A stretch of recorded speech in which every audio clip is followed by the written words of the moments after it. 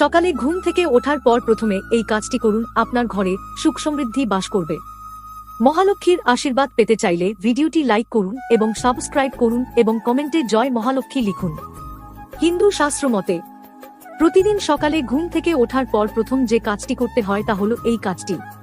আপনার দুই হাতের তালু একত্রে দেখতে হয়। এটা বিশ্বাস করা হয় যে সকালে ঘুম থেকে ওঠার সাথে সাথে আপনার দুই হাতের তালু দেখলে আপনি ভগবান বিষ্ণুর আশীর্বাদ পাবেন, এতে মনে শান্তি আসে এবং সারাদিন ভালো যায়। দ্বিতীয়ত, সকালে ঘুম থেকে ওঠার পর প্রতিদিন কিছুক্ষণ ইষ্ট দেবতার ধ্যান করুন। এটি করতে ভুলবেন না, এটি আপনার মনকে নিবদ্ধ রাখে এবং আপনার সমস্ত কাজ সুষ্ঠুভাবে সম্পন্ন করা যায়।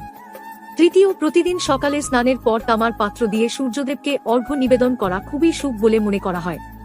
এতে পূর্বপুরুষের আশীর্বাদ বজায় থাকে বলে বিশ্বাস করা হয়। সূর্যকে অর্ঘ্য নিবেদন করা খুবই শুভ বলে মনে করা হয়।